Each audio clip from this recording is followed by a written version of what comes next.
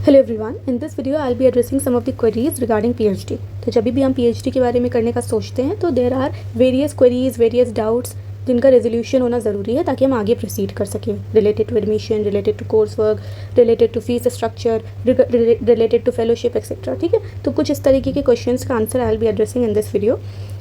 अगर कुछ क्वेश्चंस रह जाते हैं तो आप लोग इस नीचे कमेंट करके बता सकते हो।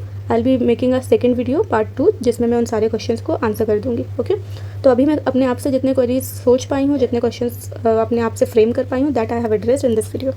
ओके, तो सबसे पहले स्टार्ट करते हैं पीएचडी ऑफ कोर्स होती क्या है। तो it's a doctor of philosophy. ठीक है, रिक्वायरमेंट है ये असिस्टेंट प्रोफेसर के लिए। अब ऐसा नहीं है कि अगर आप पीएचडी नहीं करेंगे तो आप असिस्टेंट प्रोफेसर नहीं बन सकते हो। डेफिनेटली आप अगर नेट क्वालिफाइड है, नेट एक मिनिमम एलिजिबिलिटी क्राइटेरिया है फॉर असिस्टेंट प्रोफेसर, अगर आप वो क्वालिफाइड हो तो आप you can go for assistant professorship. लेकिन ऐसा होता है कि अगर आप एक इंटरव्यू में जा रहे हो, कहीं पे वैकेंसी आई है और वहाँ पे आप अकेले सिर्फ नेट क्वालिफाइड हो, बाकी पीएचडी हैं, तो पीएचडी वालों को वहाँ पे प्रायोरिटी दी जाती है। ठीक है, इसलिए पीएचडी मस्ट है। फिर आगे अगर आपको रिसर्च में करियर बनाना हो तो ऑफ कोर्स ये रिसर्च है पूरी पीएचडी, तो आप इसमें आगे फर्दर जाके रिसर्चर्स के काम है वो कर सकते हैं। एंड ऑफ कोर्स आपके नाम के आगे डॉक्टर लग जाता है। अच्छा, एक चीज़ if you know this answer कि चाहे आप किसी भी सब्जेक्ट में पीएचडी करो, English, science, maths, philosophy, psychology, तो आपका तभी भी ये डॉक्टर ऑफ फिलोसफी ही क्यों कहा जाता है। अगर आपको इसका आंसर पता है तो you can comment down in the comment section. चलो अब एलिजिबिलिटी की बात करते हैं। तो मिनिमम एलिजिबिलिटी आपकी, अगर आपने मास्टर्स किया हुआ है किसी भी सब्जेक्ट में तो वो 2 ईयर्स का मास्टर, तो अगर आप बैचलर्स हैं तो 4 साल का बैचलर्स मस्ट है। 3 साल का जो बैचलर्स होता है उसके बाद आप पीएचडी नहीं कर सकते हो। If your bachelors is of 4 year, उसके बाद you can directly apply in PhD. उसके बाद एडिशनल होती है नेट जेआरएफ। ठीक है, ऐसा बहुत लोगों के मन में ख्याल होता है कि क्या बिना नेट के, बिना जेआरएफ के आप पीएचडी कर सकते हो, तो येस यू कैन। ठीक है, लेकिन इसके अगेन वही चीज़ होती है प्रायोरिटी वाली। अगर आप चाह रहे हो विदाउट नेट, विदाउट जेआरएफ, और जहाँ पे भी सीट है, मान लीजिए जिस भी यूनिवर्सिटी में 4 सीट है, मान लीजिए वहाँ 10 लोग आए हो गए और आपके पास कुछ भी नहीं है, तो उनमें जो लोगों का नेट होगा उनको, जो लोगों का जेआरएफ होगा उनको फर्स्ट प्रायोरिटी दी जाती है। ठीक है, तो ये आपका एक बैक पॉइंट हो जाता है अगर आप नेट या जेआरएफ कुछ भी नहीं है आपके पास। तो ड्यूरेशन को लेके बहुत लोगों के मन में डाउट होता है कि क्या पीएचडी 5 साल की होती है। ठीक है, तो मिनिमम इसका जो क्राइटेरिया होता है वो 2 साल होता है, excluding course work. Course work के बारे में भी हम आगे डिस्कस करेंगे। कोर्स वर्क आपका 6 मंथ का होता है, तो कोर्स वर्क को मिला के देखा जाए तो 2.5 ईयर्स आपके हो जाते हैं, और एक्सक्लूडिंग कोर्स वर्क 2 ईयर्स का, और मैक्सिमम आपकी 5 ईयर्स की पीएचडी होती है। तो it completely depends on you कि आप 2 साल से लेकर 5 साल के बीच में कभी भी पीएचडी खत्म कर सकते हो। It is completely dependent upon you कि आप अपना रिसर्च का काम कितनी तेज़ी से करते हैं, कितनी जल्दी, कितनी एफिशिएंटली कर पाते हैं। 5 साल अगर पूरे हो गए तो फिर क्या, 5 साल के बाद आपको एक्सटेंशन लेना पड़ता है। ठीक है, तो उसके बाद भी ऐसा नहीं है कि 5 साल ख़त्म हो गए और आपकी रिसर्च ख़त्म नहीं हुई है तो आपका काम रुक जाएगा, ऐसा नहीं है। आप 5 साल आपके पूरे हो गए, आप उसके बाद आपको फर्दर एक्सटेंशन लेना पड़ता है। अब अगर आपके पास नेट है तो आपके पास क्या बेनिफिट्स हैं नेट के लिए। अच्छा, यहाँ पे मैं आई हैव फॉरगॉट, ये जो आपका मिनिमम क्राइटेरिया है एमए का लिए, इसके लिए 55% मार्क्स होना रिक्वायर मस्ट है। ठीक है, लेकिन ये वेरी भी करती है। कहीं पे जो है 55 किसी यूनिवर्सिटी में मांग सकते हैं, किसी में 60 मांग सकते हैं, तो it depends on the university also. Same goes for bachelors also. उसके बाद अगर आपके पास नेट है, ठीक है, जेआरएफ नहीं है, सिर्फ यू आर क्वालिफाइड नेट, तो आपको प्रायोरिटी दी जाएगी जो नॉन नेट है, ठीक है, उनके ऊपर पीएचडी में। उसके बाद नेट के ये भी फ़ायदा है कि बहुत सारे ऐसे एग्ज़ाम्स हैं जो मिनिमम क्वालिफ़िकेशन में एमए के साथ साथ नेट भी मांगते हैं, तो आप उन एग्ज़ाम्स के लिए एलिजिबल हो। मतलब उसके लिए आपके पास एमए के साथ साथ नेट होना भी ज़रूरी है। अगर नहीं होगा तो आप उन एग्ज़ाम्स में नहीं दे सकते हो। जैसे बहुत सारी स्टेट गवर्नमेंट्स जो हैं वो अपना असिस्टेंट प्रोफेसर के लिए वैकेंसी निकालते हैं। ठीक है, तो उसमें they ask for MA plus net. उसके बाद जब पीएचडी का आपका इंटरव्यू होगा तो उसमें आपको 5 मार्क्स मिल जाते हैं फॉर नेट। ठीक है, जो नॉन नेट होते हैं उनको नहीं मिलता है ये।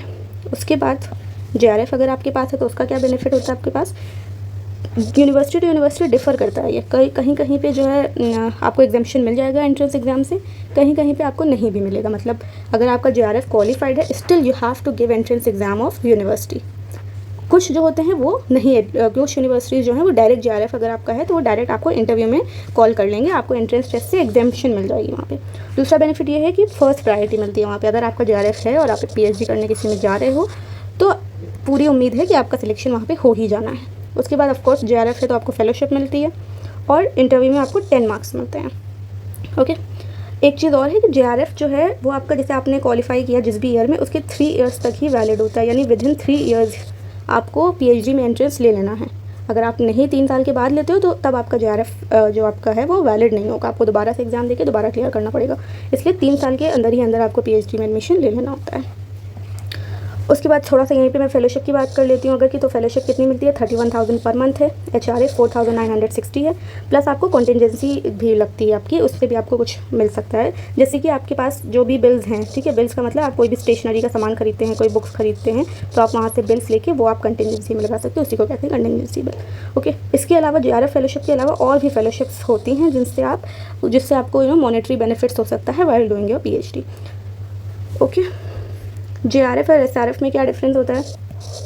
JRF is your junior research fellowship, okay, और ये फर्स्ट 3 इयर्स के लिए होती है, इसमें आपको 31,000 मिलता है। सीनियर रिसर्चशिप जैसे कि 5 साल की होती है ना, तो 3 साल शुरुआत के आप you will be called as JRF, last के 2 साल में you will be called as SRF यानी सीनियर रिसर्च फेलो। यहाँ पे आपकी जो फेलोशिप है वो भी बढ़ के 35,000 तक हो जाती है।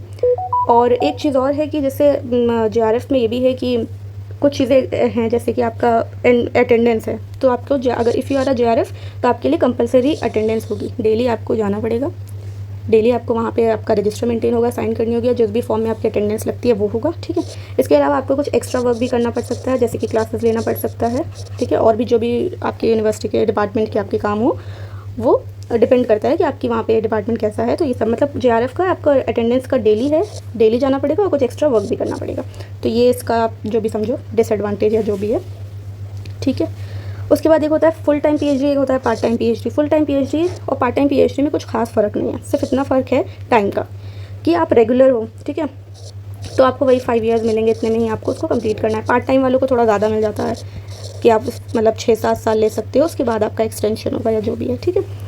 लेकिन ऐसा नहीं है कि पार्ट टाइम वालों को कि आपको कुछ चीज़ों में छूट मिल जाए, ऐसा नहीं है कि आपको एग्ज़ाम ना देना पड़े, ठीक है, ऐसा नहीं है कि आपको मतलब जो भी रिक्वायरमेंट्स हैं वो सब पूरी करनी पड़ती हैं। मेनली जो डिफरेंस होता है इन दोनों में वो टाइम का होता है कि इनके पास टाइम थोड़ा एक्स्ट्रा होता है और इनके पास कम होता है। तो कौन लोग हो सकते हैं जो पार्ट टाइम के लिए जा सकते हैं? वो लोग जो वर्किंग है और जहाँ पे भी वो काम कर रहे हैं वहाँ से उनको नो ऑब्जेक्शन सर्टिफिकेट लेना पड़ता है, फिर आप you can pursue for PhD। Full time PhD में आप ऐसा भी कई जगह पे है कि वहाँ पे आप अलॉन्ग साइड वर्क कर सकते हो, ठीक है, सिर्फ JRF वालों को नहीं मना होता है कि आप JRF हैं, बीइंग अ JRF होल्डर आप बाहर काम नहीं कर सकते हो, ठीक है। एडमिशन प्रोसेस की अगर बात करें तो वही एंट्रेंस है और इंटरव्यू है। एंट्रेंस में वही मैंने बताया कि आपको एग्जामिशन मिल सकता है डिपेंडिंग ऑन द यूनिवर्सिटी, और इंटरव्यू तो सबके लिए कंपलसरी होता है। इंटरव्यू में प्रपोजल आपको प्रेजेंट करना होता है। What is proposal? Proposal is कि आप एक शुरू से ही अपना एक साइनॉप्सिस जैसा प्रिपेयर कर लेंगे कि मुझे इस टॉपिक पे रिसर्च करनी है। इस टॉपिक पे नहीं, मतलब एक आप कोई टॉपिक ले लेंगे, फाइनल उसको कर लेंगे कि मुझे इस टॉपिक पे रिसर्च करनी है। उसका आप इंट्रो थोड़ा सा, लिटरेचर रिव्यू, ऑब्जेक्टिव, हाइपोथेसिस, क्या स्टैक्स यूज़ करेंगे, ठीक है, ये सारी एक 3-4 पेजेस का बना के ले जाना होता है। अब क्या ये लास्ट में चेंज हो सकता है? तो हाँ, बिल्कुल चेंज हो सकता है। ऐसा कोई ज़रूरी नहीं है कि जो आप पहली बार ही में ले गए हो अपने रिसर्च के लिए, अपने इंटरव्यू के लिए, तो वही आपको करना पड़ेगा। नहीं, ये वाला जो प्रपोजल है ये आपका बाद में चेंज भी हो सकता है, ठीक है। तो अभी यहाँ पे if you don't have time to make proposal, तो आपने MA में डिजर्टेशन बनाई होगी, आप उसी को ही 3-4 पेज में कन्वर्ट करके वो भी ले जा सकते हो, क्योंकि बस कुछ ले जाना होता है। अभी ये प्रपोजल बनाते कैसे हैं, ठीक है, इसको कैसे प्रेजेंट करेंगे, क्या सारी चीज़ें, इसके ऊपर मैं एक सेपरेट वीडियो बनाऊँगी, फुल डिटेल में हम उस पर बात करेंगे कि कैसे प्रपोजल आप बनाएं, कैसे उसको प्रेजेंट करें, एक्सेट्रा, ठीक है। उसके बाद फॉर्म्स कब आते हैं PhD के? जनरली सारी यूनिवर्सिटीज़ साल में 1 बार देती हैं, लेकिन कुछ यूनिवर्सिटीज़ भी हैं जो साल में 2 बार देती हैं। तो आप जिस भी यूनिवर्सिटी का फॉर्म भर रहे हो, आप पहले ये पता कर लो कि वहाँ पे फॉर्म्स कब आते हैं, ठीक है। फ़ीस भी ऑफ कोर्स डिपेंड करती है यूनिवर्सिटी टू यूनिवर्सिटी, ठीक है। जैसे मेरी अराउंड 13,000 अराउंड, ठीक है। उसके बाद कोर्स वर्क क्या होता है? कोर्स वर्क का मतलब होता है कि आपके जो फर्स्ट 6 मंथ होंगे PhD के, वो आपका कोर्स वर्क होगा। कोर्स वर्क में आपको क्या करना होता है? You have 2 papers. अब डिफ़र कर सकता है किसी यूनिवर्सिटी का अलग अलग, लेकिन मेरे में 2 पेपर थे। तो 2 पेपर थे, उनका 6 महीने के बाद एग्ज़ाम होता है और उस एग्ज़ाम को पास करना आपका कंपलसरी होता है, ठीक है। और अभी वैसे सुनने में ये भी आ रहा है कि ये 6 महीना जो है इसको करके 1 ईयर कर दिया जाएगा और उसके बाद इसकी मार्कशीट भी बाकायदा रिलीज़ होगी। अभी इसकी कोई मार्कशीट नहीं रिलीज़ होती है, सिर्फ इट इज़ कंपलसरी कि आप उसको पास कर लें। अगर आप उसमें फ़ेल हो जाते हैं तो आप आगे फर्दर PhD नहीं कर सकते हैं, तो ये चीज़ इसका है, ये इसका इंपॉर्टेंस है। किसी ने मुझसे क्वेश्चन भी किया था कि कोर्स वर्क की क्या इंपॉर्टेंस है, तो यही है कि आपको उसको पास करना ज़रूरी है। और अगर ये 1 ईयर का हो जाता है तो इसमें आपके फिर मार्क्स जो है वो मार्कशीट मिलेगी, तब फिर और ज़्यादा इंपॉर्टेंट हो जाएगा, क्योंकि आपको एक फ़र्द अलग से मार्कशीट मिलेगी, तो उसमें भी आपके अच्छे मार्क्स होना ये ज़रूरी हो जाता है। अभी तो जो चल रहा है कि 6 महीने का, इसमें अभी कोई मार्कशीट अलग से आपको कोर्स वर्क की नहीं मिलती है, सिर्फ पास करना होता है। और थ्योरी पेपर होते हैं, सब्जेक्टिव पेपर होता है, ऑब्जेक्टिव नहीं होता है। ओके, तो ये होता है कोर्स वर्क के बारे में। कोर्स वर्क ख़त्म होता है जब आपका उसके अराउंड 1 मंथ या जितना भी आपका डिपार्टमेंट ले, DRC की एक मीटिंग होती है। DRC में डिपार्टमेंटल रिसर्च कमेटी। इस मीटिंग में क्या होता है कि बेसिकली आपका ये टॉपिक जो है, आपका टॉपिक नहीं, टाइटल आपका फाइनलाइज़ करता है। ठीक है, अब यहाँ पे भी टाइटल फाइनलाइज़ हो रहा है। टाइटल फाइनलाइज़ करने का मतलब ये है कि जो भी आप टाइटल बनाया आपने, उसमें कोई चेंजेस फर्दर नहीं हो सकते हैं। अगर उसको चेंज करवाना है तो वो बहुत ही डिफ़िकल्ट टास्क होता है, डिफ़िकल्ट हो जाता है, क्योंकि आपको कई सारे उसमें पेपर वर्क करने पड़ते हैं, तब जाके उसमें काफ़ी टाइम भी आपका वेस्ट हो जाता है। इसलिए आई विल सजेस्ट कि आप DRC के टाइम पर ही आपका जब टाइटल फाइनलाइज़ हो तो उसको एकदम 100% अपनी तरफ से करो कि आप मुझे इस टाइटल में कोई चेंज नहीं करना है। इसी के साथ साथ टाइटल के साथ साथ आपको यहाँ पे सिनॉप्सिस भी प्रेजेंट करनी होती है। ये सिनॉप्सिस आपकी फाइनल सिनॉप्सिस होती है, ये सिनॉप्सिस आपकी थीसिस की सिनॉप्सिस होती है कि आप फाइनल इस सिनॉप्सिस पे काम करोगे। अब ये सिनॉप्सिस आपकी वो जो MA के मतलब इंटरव्यू के टाइम पे आपने प्रेजेंट करी थी वो भी हो सकती है, या अगर आप उसको छोड़ के दूसरी भी एक कंप्लीट न्यू बना सकते हो तो वो भी हो सकती है। ठीक है, और अंदर कहाँ चेंज कर सकते हो इसमें, जैसे मान लीजिए आपने जब आपने DRC के टाइम पे जो सिनॉप्सिस दी है उसमें जो मान लीजिए 3 ऑब्जेक्टिव्स लिखे हैं, बाद में आपको लग रहा है नहीं 4 और ऑब्जेक्टिव्स हो सकते हैं, तो हाँ अंदर की चीज़ें आप इसको और ऐड कर सकते हो, घटा बढ़ा सब कुछ कर सकते हो अंदर। बस टाइटल आपका 100% फाइनलाइज हो जाता है, उसमें फिर आप कोई चेंजेस नहीं कर सकते हो। और DRC के टाइम पर ही आपको सुपरवाइजर अलॉट होता है। सुपरवाइजर कौन होता है? आप इन्हीं के अंडर अपनी PhD कंप्लीट करते हो, यही आपकी गाइड है, यही आपको पूरी PhD में गाइड करेंगे कि कैसे क्या करना है। ठीक है, तो supervisor is your everything in your PhD। So this was it for this video. I hope कोई चीज़ छूटी ना हो। Let me just check. Fellowship का अच्छा ये रहता है कि आपको कब फेलोशिप मिलेगी, तो इस पर भी आई will make a separate video कि JRF क्या है और कैसे इसकी फेलोशिप मिलती है एक्सेट्रा।